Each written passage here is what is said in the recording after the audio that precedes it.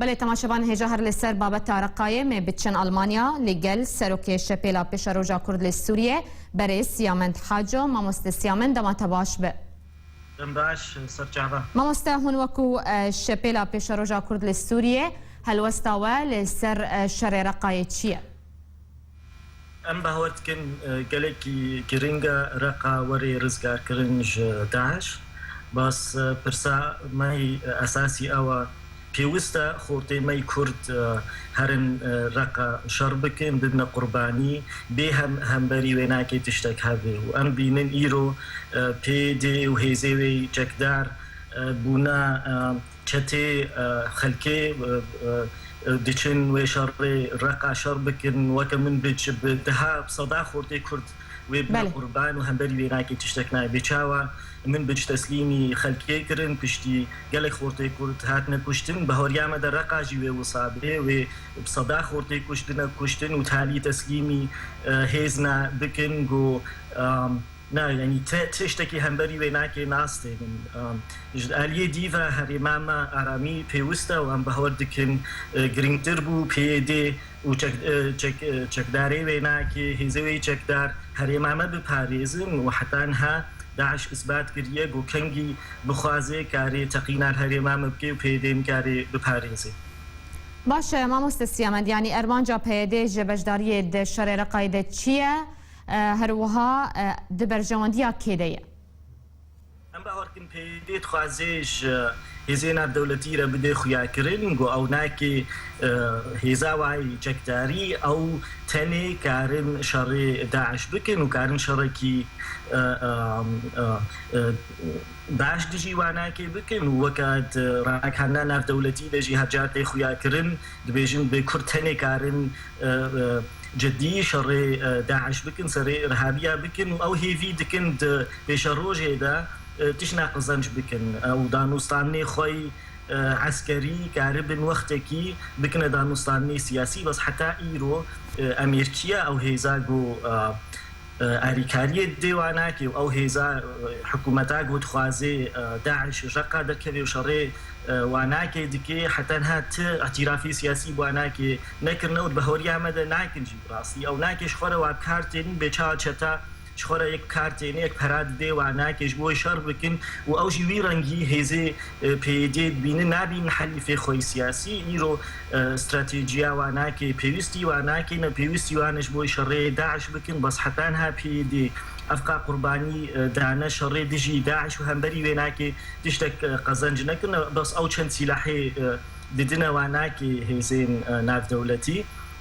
بهوريا مدى وكم قوتي اف چتنا بچاوا بري جحشي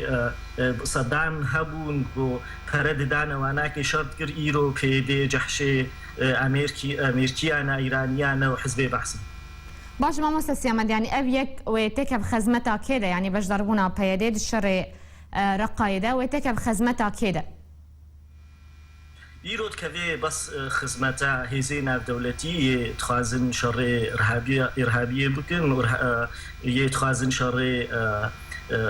داعش بكن بس ناكذي خدمتا كردادة خدمتا كردا راستي أود كذي جو أموالاتك إخوة أو غلاتي أو هريمات بن كنترولا مدى أم كاربن هيزك ديمقراطي أعفا بكن أم هيزك چه بكن جو كاربي حمايتا هريمي بكي وأم باش ماموست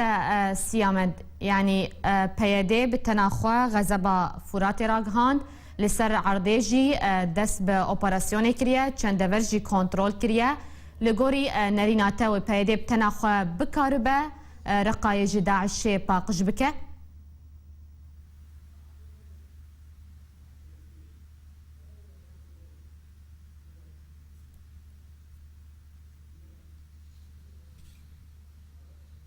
ما مستسيامند اگر تو دنگه من دبهیزه پیاده بتناخوا اپراسیونا غزبا فرات راگهاند لسر عردیجی دست به اپراسیونی کریه چند ورجی کنترول کریه لگوری نرینا تاوی پیاده بتناخوا بکار به رقایج داعش باقش بکه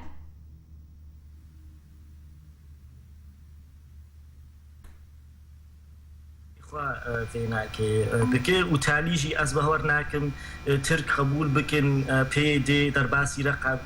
تركا چنجارا داخوانين دان قوتن ام فيناكي قبول ناكن واستر بهور يامد هكا براسي بي دي بكا ذي رقا دا احتمالك مظن هيا ترك بهزي خوي اذاكرنا الهريمي شري واناكي بكن واناكي جوي دي در بخر بس از بهورناكن بيدي درباس جي بي ورقاش دستي داعش دخي جي تسليمي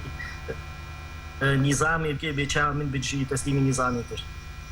باشه ماموستا سيامد يعني رژیم اسد جي ايرو هيزك نو اواكر بناوي حشدا جزيره وفراته داغو شر داعش و شر گروپین دن بکن مینا سوریا دموکراتیک او یک چاوات خوندن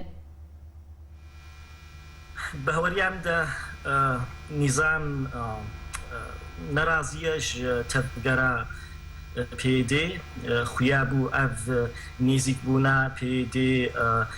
امریکا را اف آریکاریا مزنگو امریکی ددنوانا که خویابو وقتکی و نظام جی نرازی به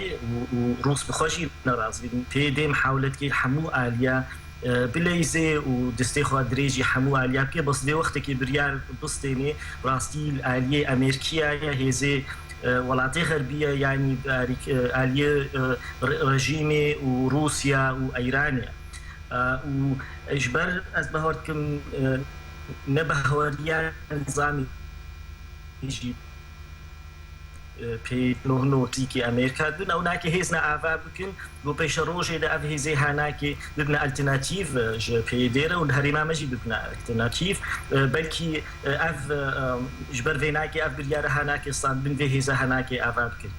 مامۆستا سیامەد یانی gelek şirovekارên siyasî û çavdêrên siyasî digotin ku piştî helbijartinên Amerîkayê wê şerê kontrolkirina Reqayê dest pê bike li gorî nerîna te wê kengî ev şer dest pê bike من فهم نکر دنگ نصافی مامۆستا gelek kes gelek şirovekarê siyasî û çavdêrên siyasî texmîn dikirin ku piştî helbijartinên Amerîkayê wê şerê kontrolkirina Reqayê dest pê bike li ser erdê li gorî nerîna te wê kengî ev şer dest pê bike افشاری هناکی دست بکریه در دوره رقا شرد بی بس و امریکیا هجار دگوت ام پشتی موسل امی شری رقا بکن امی حاضریا و ناکی بنف حاضریا هناکی جمیش و بی از بهار کم تکری دانا و ناکی به البجارتنی رنینا بس كان ميزين بشتي دونالد ترامب هاتيه البجاتني سياسة أمريكية تشاوابي يعني نخويا يا براستي سياسة أمريكية بري سوري كيجان أبيدتشي حتى أنها دونالد ترامب بصني روسا ورجيمي وإيراني داد جو أفتني أبهزي دسوري دا شري داعش دكن جدي شري وعنا كيتكن براستي أم نزان و بشروجي و تشابي سياسة أمريكية بس تشاواجي بي أزبهور دكن شري رزگار کرنا رقاج داعش و بردوام به و از بهار کن پشتی موسل هناکی باری وانا کی سبک به موسل و گران بری خو بدنا رقا بله گلکی سپاس سروک شپلا پیشروجا کرد لسوریه بر سیامند حاجو جا آلمانیا لسر سکای به باوای کی زندی تول گلمبو